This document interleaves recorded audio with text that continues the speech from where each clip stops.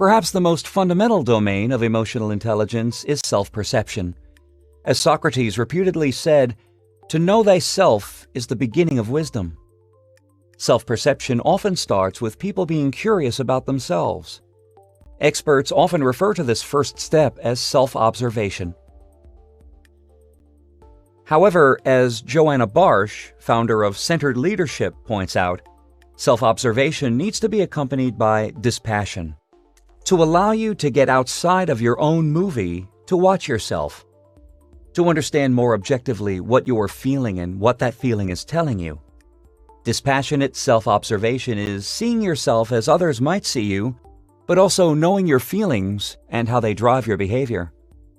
Self-observation is a step towards identifying your strengths and weaknesses and your emotional triggers. If you're asked to communicate some disappointing information to your team, you might first observe your own emotional response. Does the thought of imparting bad news make you anxious? Do you put off conveying the information or convey it only in part? You begin to learn about yourself, how disappointing news triggers a certain emotion, which in turn triggers procrastination or prevarication. Taking note of your own responses allows you to identify your strengths and weaknesses and to find ways of managing those responses as they arise.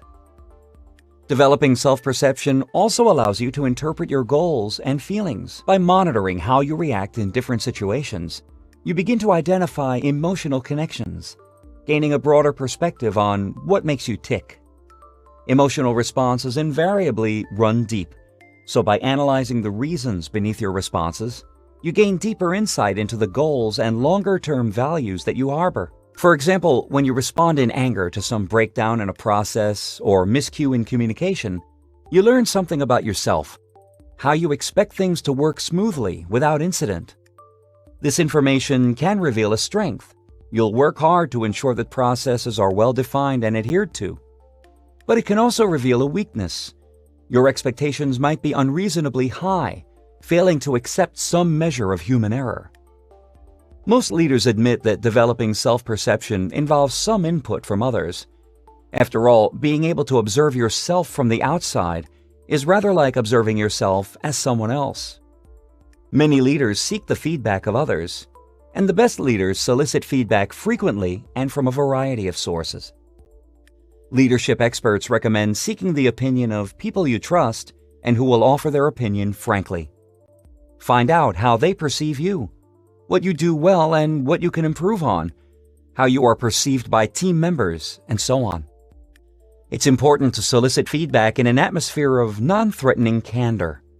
It's also important to get feedback from as wide a variety of colleagues as you can: coworkers, managers, subordinates, customers, even colleagues from other divisions. Be prepared to listen and hear the truth. A final method for developing self-perception is recording your reactions and thoughts. Often in the heat of the moment, during an intense brainstorming session, or while presenting to a group of demanding customers, you may not have the time to self-observe and analyze how you are reacting emotionally. But by writing down your reactions and thoughts right afterwards, you give yourself the opportunity to look back and gain a depth of understanding during more reflective moments. The act of writing is itself an interpretive process. When taking notes, you filter and focus on ideas that grab you, glossing over those that seem less convincing. And as you look back over notes you took, you begin to recognize your own emotional responses and understand a bit more about yourself. And understanding yourself helps you to better understand others.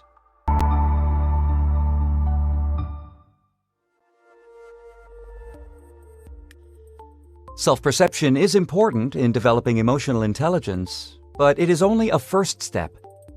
Once you know how to read yourself, you then need to know how to read the world. This is called social perception. At the core of social perception is empathy, which is an ability to sense what other people are feeling and use it when making decisions. Utilizing empathy begins by taking an interest in others. This may sound obvious, but many managers and supervisors fail to take a genuine interest in their team members as people. Taking an interest involves active engagement, showing the other person that they have your undivided attention. Taking an interest also involves building an egalitarian ethos, ensuring that all team members feel included and listened to. Utilizing empathy also involves listening first. Rather than charging into a meeting with a list of requirements or demands, start by listening first to what others think. This should be done in a spirit of collegial communication and open discussion. Good listeners also interpret body language. Do a team member's crossed arms indicate resistance to an idea? How do you engage the person who seems easily distracted by something outside the room? Empathy helps you recognize these signals and find strategies for re-engaging these team members. Summarizing the team's points at the end of a meeting is also a helpful technique. It demonstrates that you've been listening actively and empathetically. Part of the point of active listening is gauging what it's like to stand in others' shoes. Some group leaders rephrase what team members say to them, confirming their understanding and affirming a personal connection, as if saying, "I understand you." This doesn't mean giving in to subordinates. All managers must make hard decisions at times. But if your team appreciates that you care about their decisions, they'll be more inclined to accept the occasional tough decision. Essentially, utilizing empathy is a way of finding common ground. When you exercise empathy, you focus on what you share with someone else. Through that sharing, you then allow that person to feel invested in a broader goal, whether a simple directive or the vision of the company itself. Marcus Buckingham, the British author and motivational speaker, claims that great leaders have extended empathy, being able to sense the shared feelings of groups of people. Utilizing empathy to this extent helps you recognize the emotional climate, the collective responses that make up the culture of the team or organization. Finding common ground will help you, as a leader, manage the big picture. There are many social cues or techniques that leaders use in developing this extended social perception. One such cue is tracking emotions during meetings. When one team member voices a complaint, are others similarly disgruntled? What does this tell you about the groupthink? When a random idea is met with unexpected enthusiasm by the rest of the team, what broader picture do you see? Tracking the emotions of your team will help you understand the shared emotions and tap into the group dynamic. Another social cue in developing social perception is analyzing the organizational culture. Once you recognize the shared emotions of your team, you can move towards a broader understanding of the organization, grasping the abiding values of the teams that make up the company. By monitoring and analyzing these collective feelings, you gain a more profound understanding of the company culture. Such a breadth of understanding positions you to manage effectively the emotions, ambitions, and very values of the team, influencing them in key directions and allowing the major goals of the organization to dovetail with their own abiding interests. Control isn't easy. As fallible human beings, we occasionally give in to negative emotions, losing our temper when a deadline is missed or openly showing disappointment when sales figures are down. But the key here is to avoid a pattern of negativity, not allowing negative response to recur. The first step is recognizing the negative response, realizing when and why you're responding in a non-constructive way. Then you can look at methods for interrupting the negative pattern. Avoid dwelling on the negative. Force yourself to think positively so that you reinforce positive tendencies. The way a baseball pitcher will stay focused after throwing a bad pitch, convincing himself that it's a momentary blip in an otherwise strong performance. A positive attitude is important for building self-control because it helps mitigate not just negative tendencies, but also stress. Stress is an enemy of emotional intelligence because it leads to emotional outbursts that are counterproductive. By reducing stress, you put yourself in a better position to interrupt negative patterns and reinforce emotional control.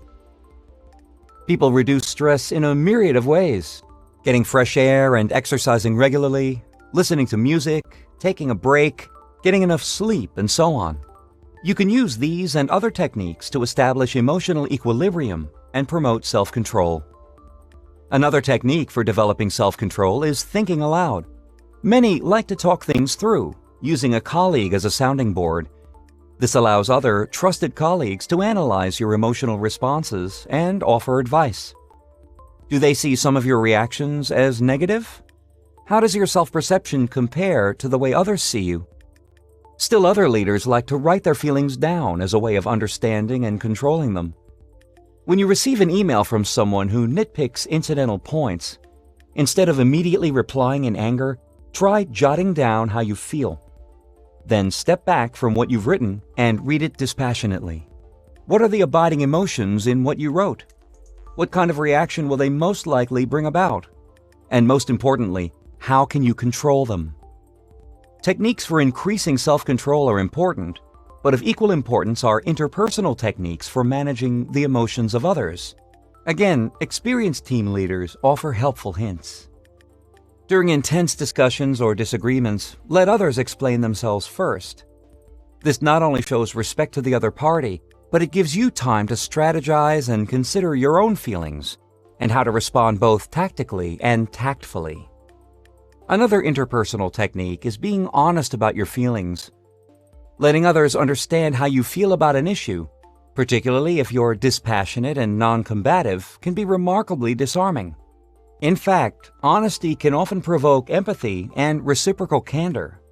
The key here is to give clear reasons for your feelings without laying blame or responsibility on the other side. This pushes the discussion in an objective, analytical direction, away from disruptive emotions. Explaining the reasons for your emotions in a calm, honest light will also lead more naturally towards searching for practical solutions.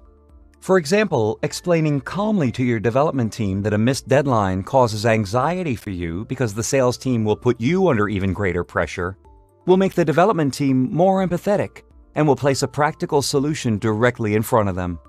Also, they will want to act because of your honest disclosure. Of key importance here is the central role of honesty and responsibility in interpersonal self-control. By being honest about your feelings, but also taking responsibility for them, you gain acceptance and respect from others. This is a chief benefit of emotional control, as it helps diffuse otherwise incendiary moments and places those moments within a problem-solving framework. By developing self-perception and social perception, but with the important addition of self-control, you can develop the emotional intelligence that will aid your development into a successful leader.